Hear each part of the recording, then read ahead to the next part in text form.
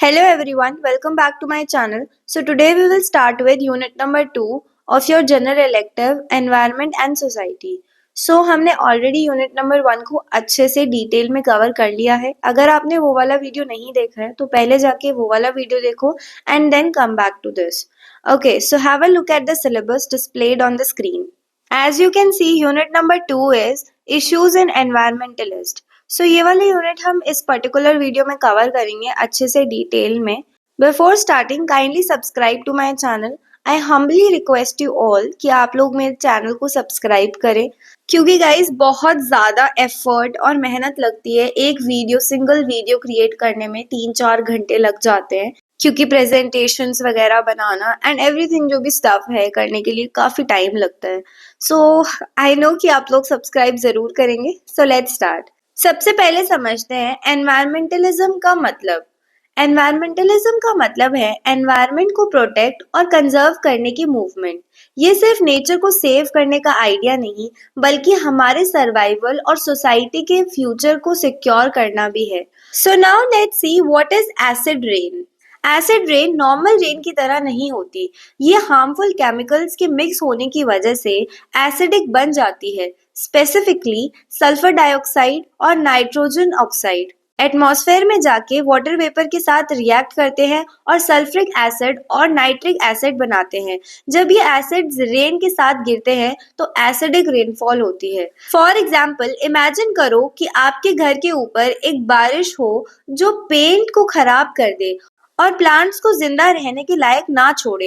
Acid rain का long term effect कुछ ऐसा ही होता है but on a much larger scale. So what are the causes of acid rain?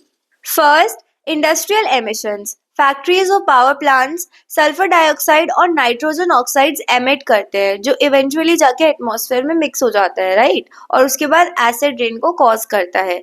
Second is vehicles. Automobiles के exhaust fumes nitrogen oxide को release करते हैं. Third, natural sources.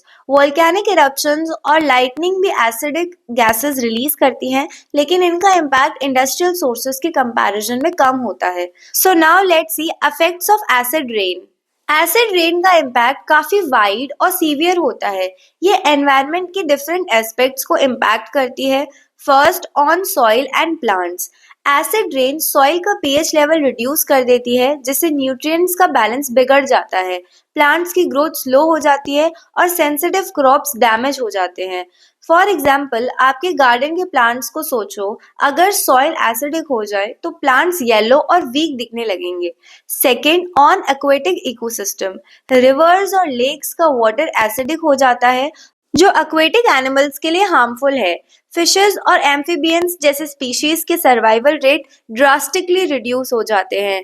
Third, on building and monuments. Acid rain historical monuments जैसे ताजमहल को damage कर सकती है. Acidic water marble के स्ट्रक्चर को वीक करता है. इंफ्रास्ट्रक्चर का लाइफ स्पैन कम हो जाता है. Fourth, on human health. Though acid rain directly harmful नहीं होती लेकिन उसके causes air pollution, respiratory issues और स्किन प्रॉब्लम्स क्रिएट करते हैं. So what are the solution to combat acid rain? First, using cleaner energy sources. Renewable energy जैसे solar और wind power use करके फॉसिल फ्यूल्स का यूज कम करना चाहिए. Second, regulating industrial emissions. Industries के लिए स्ट्रिक्ट लॉज और टेक्नोलॉजी इम्प्लीमेंट करनी चाहिए जो सल्फर ऑक्साइड और नाइट्रोजन ऑक्साइड एमिशंस को कंट्रोल करे. Third, promoting public awareness. लोगों को एजुकेट करना कि पॉल्यूशन रिड्यूस करने के लिए कैसे कंट्रीब्यूट कर सकते हैं. फॉर एग्जाम्पल अगर हर सिटीजन अपने व्हीकल्स का प्रॉपर मेंटेनेंस करे और पब्लिक ट्रांसपोर्ट ज़्यादा यूज करे तो एमिशंस काफ़ी रिड्यूस हो सकते हैं. So now let's see what is climate change. Climate change का मतलब है अर्थ के टेम्परेचर और वेदर पैटर्न्स का ड्रास्टिक और long term change. Global warming इसका एक मेजर एस्पेक्ट है जो अर्थ के एवरेज टेम्परेचर के इंक्रीज होने को डिस्क्राइब करता है. फॉर एग्जाम्पल पहले समर्स मैनेजेबल होती थी लेकिन अब गर्मी इतनी इंटेंस हो गई है कि एसी के बिना सर्वाइवल करना मुश्किल हो गया है. ये एक सिंपल साइन है कि क्लाइमेट चेंज रियल है. So now, what are the causes of climate change? First, greenhouse gas emissions. Green house gases जैसे कार्बन डाइऑक्साइड, मीथेन और नाइट्रस ऑक्साइड एटमॉस्फेयर में हीट ट्रैप करते हैं। इस प्रोसेस को ग्रीन हाउस इफेक्ट कहते हैं।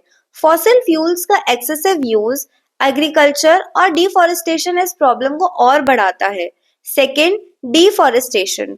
फॉरेस्ट कार्बन डाइऑक्साइड एब्जॉर्ब करते हैं, लेकिन उन्हें कट करने की वजह से ये बैलेंस डिस्टर्ब हो जाता है। Third, industrial activities. फैक्ट्रीज और इंडस्ट्रीज से हैवी एमिशंस और पॉल्यूशन होता है जो एटमॉस्फेयर को हार्म करता है। Fourth, agriculture. Livestock farming से मीथेन गैस रिलीज होती है जो एक पावरफुल ग्रीन हाउस गैस है।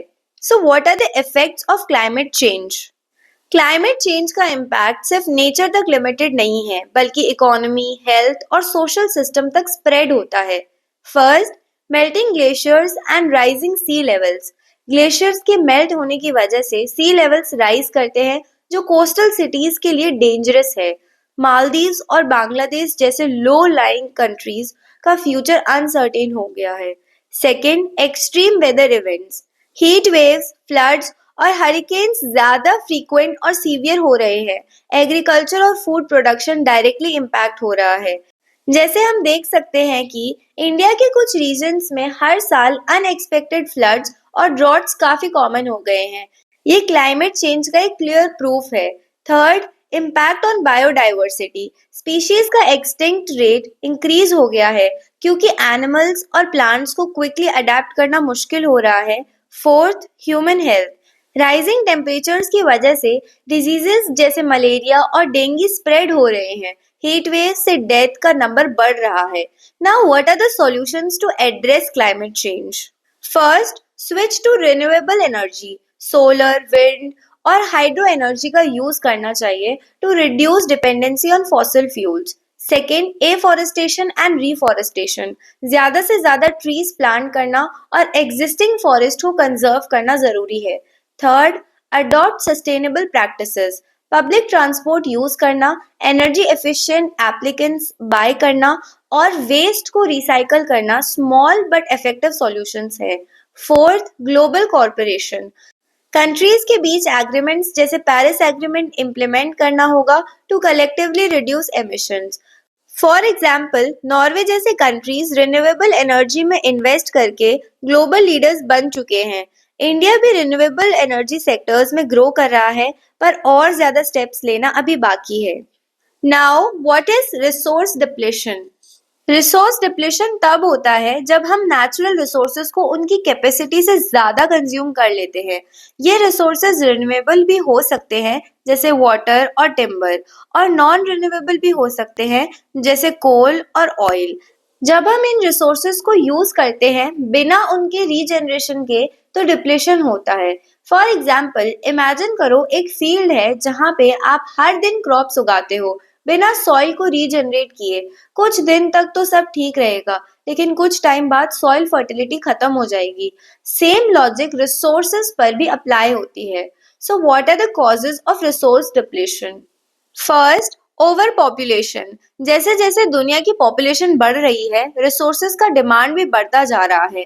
ज्यादा लोग, ज्यादा consumption. Second, industrialisation and urbanisation. Industries और अर्बन एरियाज के रैपिड ग्रोथ की वजह से नेचुरल रिसोर्सेज का कंजम्पशन बहुत बढ़ गया है।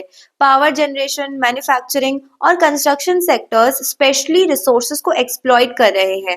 Third, wasteful consumption. हमारे कंजम्पशन पैटर्न्स भी रिस्पॉन्सिबल है। हम ओवर कंज्यूम करते हैं, अननेसेसरी गुड्स बाय करते हैं और रिसोर्सेज वेस्ट करते हैं। Fourth, agricultural practices. Unsustainable farming practices जैसे ओवर इरिगेशन और excessive use of fertilisers soil और वाटर रिसोर्सेज को डिप्लीट कर रहे हैं। So now let's see types of resources that are depleting. First is water resource. Fresh water resources का depletion एक major issue बन चुका है। रिवर्स और लेक्स ड्राई हो रहे हैं और ग्राउंड वाटर लेवल्स बहुत लो हो गए हैं। फॉर एग्जाम्पल, कैलिफोर्निया और केप टाउन जैसे रीजन्स ने वाटर क्राइसिस फेस किए हैं, जहां पर वाटर स्कैर्सिटी इतनी बढ़ गई थी कि लोगों को वाटर राशनिंग तक करनी पड़ी। Second, fossil fuels. Coal, oil और नेचुरल गैस जैसे नॉन रिन्यूएबल रिसोर्सेज हमारे एनर्जी नीड्स को मीट करने के लिए कंज्यूम हो रहे हैं। ये रिसोर्सेज फाइनाइट हैं और एकदम खत्म हो जाएंगे। फॉर एग्जाम्पल, आपको पता होगा कि पेट्रोल और डीजल के प्राइसेस काफी बढ़ रहे हैं और ऑयल रिजर्व्स का डिप्लेशन हो रहा है। अगर हम सस्टेनेबल एनर्जी रिसोर्सेज की तरफ नहीं बढ़ेंगे तो एक दिन हमारे पास फ्यूल नहीं रहेगा। Third, forest. डिफॉरेस्टेशन की वजह से फॉरेस्ट का डिप्लेशन हो रहा है। ट्रीज ना सिर्फ ऑक्सीजन प्रोवाइड करते हैं बल्कि बायोडायवर्सिटी को सपोर्ट करते हैं और कार्बन डाइऑक्साइड को एब्जॉर्ब करते हैं। Fourth, minerals and metals. Earth के अंदर पाए जाने वाले मेटल्स और मिनरल्स जैसे आयरन ओर, कॉपर और गोल्ड भी रैपिडली डिप्लीट हो रहे हैं due to mining activities. Now let's see effects of resource depletion. First, economic impact. Resources की शॉर्टेज होने से इंडस्ट्रीज के रॉ मटेरियल्स की कॉस्ट बढ़ जाती है। ये अल्टीमेटली कंज्यूमर प्राइसेस को अफेक्ट करता है। फॉर एग्जाम्पल, अगर पेट्रोल एक्सपेंसिव हो जाए तो सबकी डेली कॉस्ट बढ़ जाएगी जो डायरेक्टली इकोनॉमी को इम्पैक्ट करेगी। So second is environmental damage. Over exploitation of natural resources leads to environmental degradation. Deforestation, soil erosion और हैबिटेट डिस्ट्रक्शन कॉमन रिजल्ट्स हैं। Third, social conflicts. Resource depletion के consequences से conflicts arise हो सकते हैं। Water, land और food scarcity social tensions को बढ़ा सकती है। Fourth, loss of biodiversity. As resources deplete, the ecosystem that depends on them also suffer. ये अल्टीमेटली बायोडाइवर्सिटी लॉस और एक्सटिंक्शन का कॉज बन सकता है। So now let's see solutions to combat resource depletion. First is sustainable practices. Renewable resources का use करना और non renewable resources का कंजम्पशन रिड्यूस करना जरूरी है। रिन्यूएबल एनर्जी सोर्सेज जैसे सोलर और विंड एनर्जी को अडॉप्ट करना एक इफेक्टिव सोल्यूशन है। Second, resource conservation. हर इंडिविजुअल को अपने रिसोर्सेज कंजम्पशन को मिनिमाइज करना चाहिए। वाटर कंजर्वेशन, एनर्जी एफिशिएंसी और रिसाइकलिंग से हम रिसोर्स डिप्लेशन को रोक सकते हैं। फॉर एग्जाम्पल, आप घर में लाइट्स और फैंस तभी ऑन रखें जब जरूरत हो और वाटर का वेस्ट ना करें। छोटी चीजें भी बहुत बड़ा डिफरेंस डाल सकती है।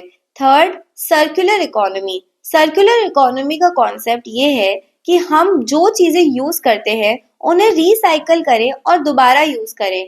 इससे रिसोर्सेज यूज मिनिमाइज हो सकता है। Fourth, government policies. गवर्नमेंट को सस्टेनेबल डेवलपमेंट को प्रमोट करने के लिए स्ट्रिक्टर लॉज बनानी चाहिए।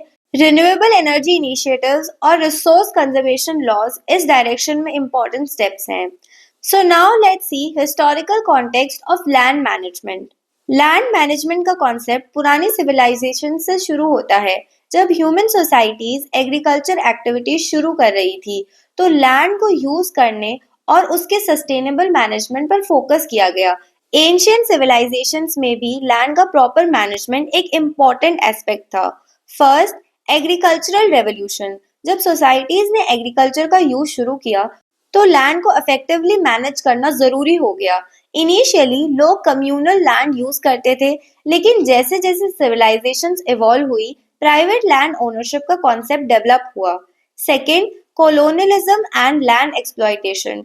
कॉलोनियल पावर्स ने अपने एक्सपेंशन के दौरान लैंड एक्सप्लॉयटेशन को बढ़ावा दिया। लैंड को एग्रीकल्चर, माइनिंग और इंफ्रास्ट्रक्चर के लिए एक्सप्लॉयट किया गया जो एनवायरनमेंट पर नेगेटिव इम्पैक्ट डालता गया।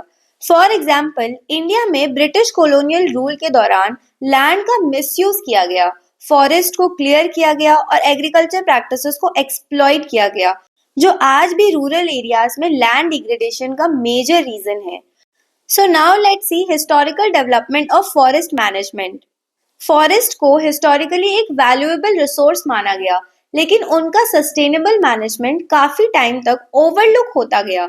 इनिशियली फॉरेस्ट को लॉगिंग और वुड एक्सट्रैक्शन के लिए यूज किया जाता था, लेकिन जैसे जैसे अवेयरनेस बढ़ी सस्टेनेबल फॉरेस्ट मैनेजमेंट का कॉन्सेप्ट डेवलप हुआ। First, traditional forest management practices. Ancient societies जैसे इंडिया में फॉरेस्ट को सेक्रेड स्पेसेस समझकर उनका कंजर्वेशन करते थे।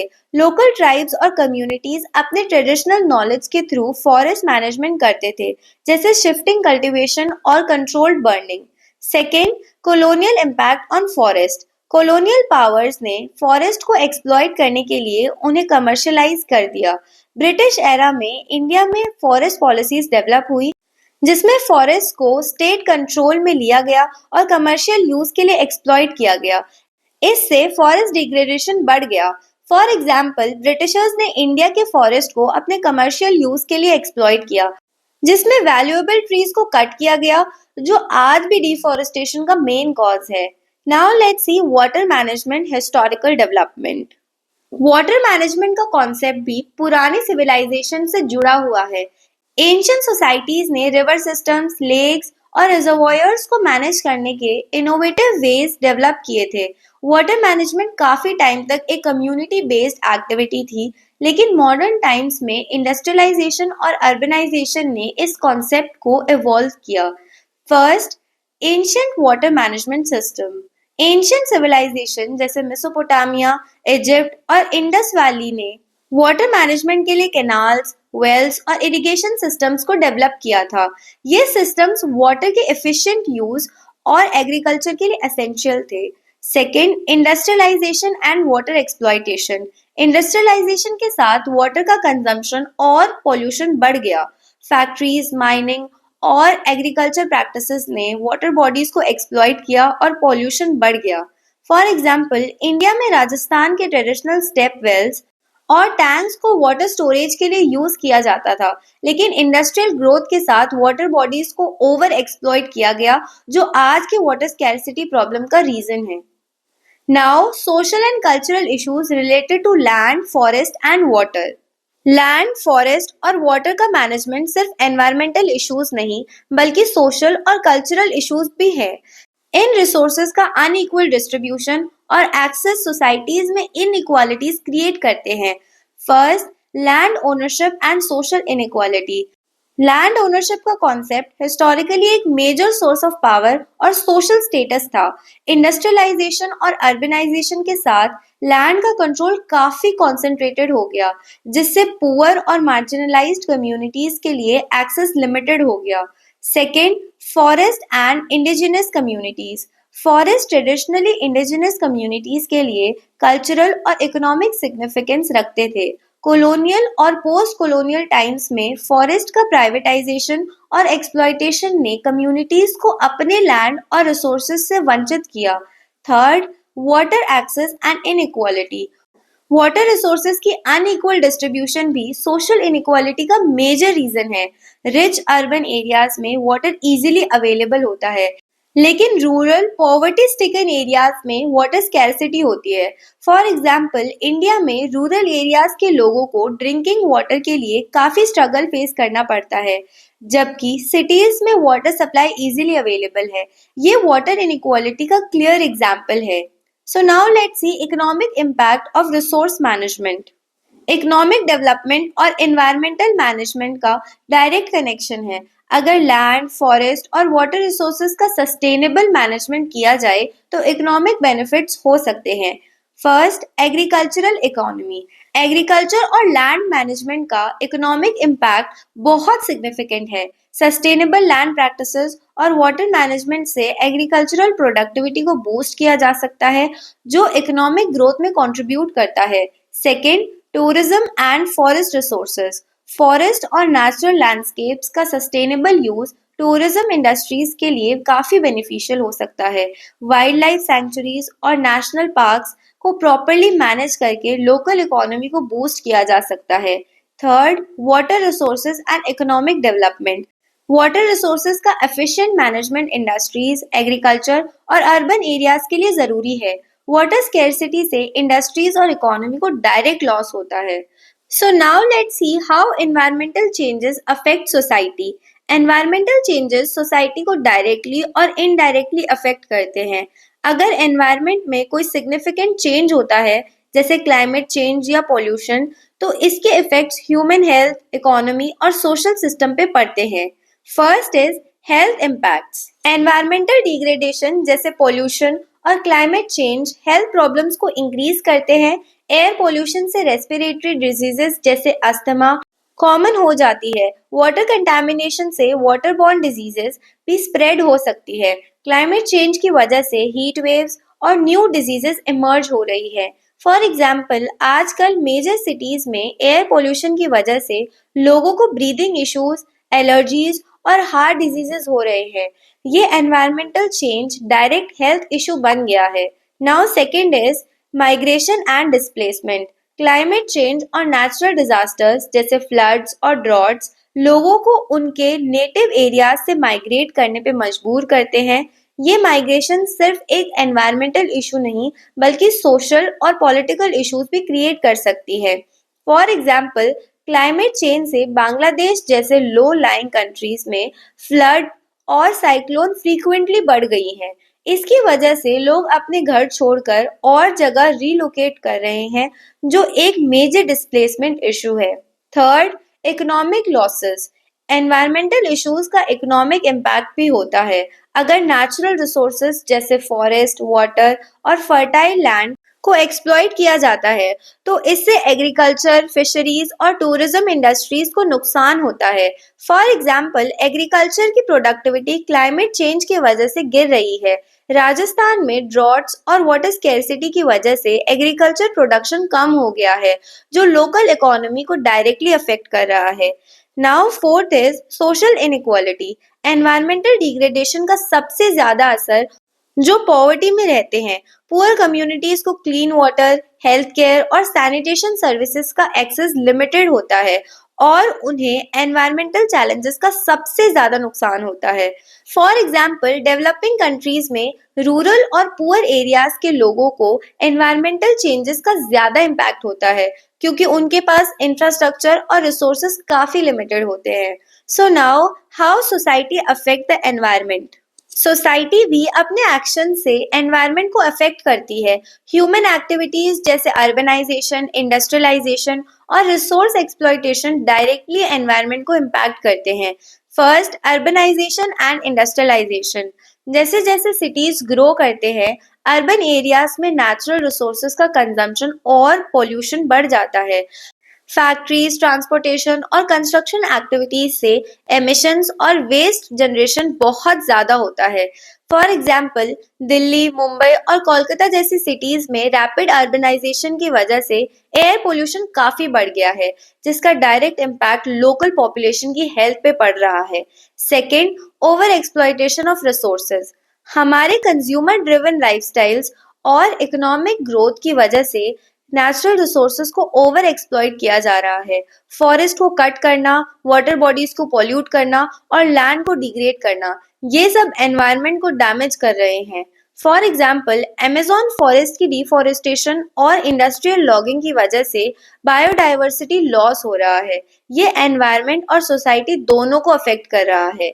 Now third, agricultural practices. Over farming और एक्सेसिव यूज ऑफ फर्टिलाइजर्स और पेस्टिसाइड्स से सॉइल डिग्रेडेशन और वाटर पोल्यूशन होता है। सस्टेनेबल एग्रीकल्चर प्रैक्टिसेस का यूज करना जरूरी है ताकि लैंड और वाटर रिसोर्सेज को कंजर्व किया जा सके। फॉर एग्जाम्पल, पंजाब और हरियाणा में एक्सेसिव इरिगेशन और ओवर यूज ऑफ केमिकल्स ने सॉइल क्वालिटी को डिग्रेड कर दिया है और वाटर रिसोर्सेज भी डिप्लीटिंग हो रहे हैं। Fourth, water generation and management. Human societies waste generate कर रही हैं जो एनवायरनमेंट को पॉल्यूट कर रहा है। प्लास्टिक वेस्ट, इलेक्ट्रॉनिक वेस्ट और नॉन बायोडिग्रेडेबल मटेरियल्स एनवायरनमेंट के लिए हजार्डस हैं। फॉर एग्जाम्पल, प्लास्टिक वेस्ट से ओशंस और रिवर्स में पॉल्यूशन बढ़ रहा है। ये मेराइन लाइफ को हार्म कर रहा है और ह्यूमन कम्युनिटीज को भी क्लियर वाटर इश्यूज का सामना करना पड़ रहा है। Now the role of policies and government. Governments और पॉलिसीज का रोल भी बहुत इंपॉर्टेंट है in managing the interference between environment and society. अगर गवर्नमेंट्स एनवायरमेंटल इश्यूज को सीरियसली एड्रेस करते हैं तो वो सोसाइटी को सस्टेनेबल और एनवायरनमेंट फ्रेंडली सॉल्यूशंस प्रोवाइड कर सकते हैं। First, environmental regulations and laws. Government को स्ट्रिक्टर एनवायरमेंटल लॉज इम्प्लीमेंट करने चाहिए। पॉल्यूशन कंट्रोल, वेस्ट मैनेजमेंट और रिसोर्स कंजर्वेशन लॉज को इन्फोर्स करना चाहिए। Second, sustainable policies. Sustainable development को प्रमोट करना और रिन्यूएबल एनर्जी सोर्सेज को इंसेंटिवाइज करना गवर्नमेंट की रिस्पॉन्सिबिलिटी है। ये एक्शन सोसाइटी को एनवायरनमेंट को प्रोटेक्ट करने में मदद करते हैं। Third, public awareness and education. अगर पब्लिक को एनवायरमेंटल इश्यूज के बारे में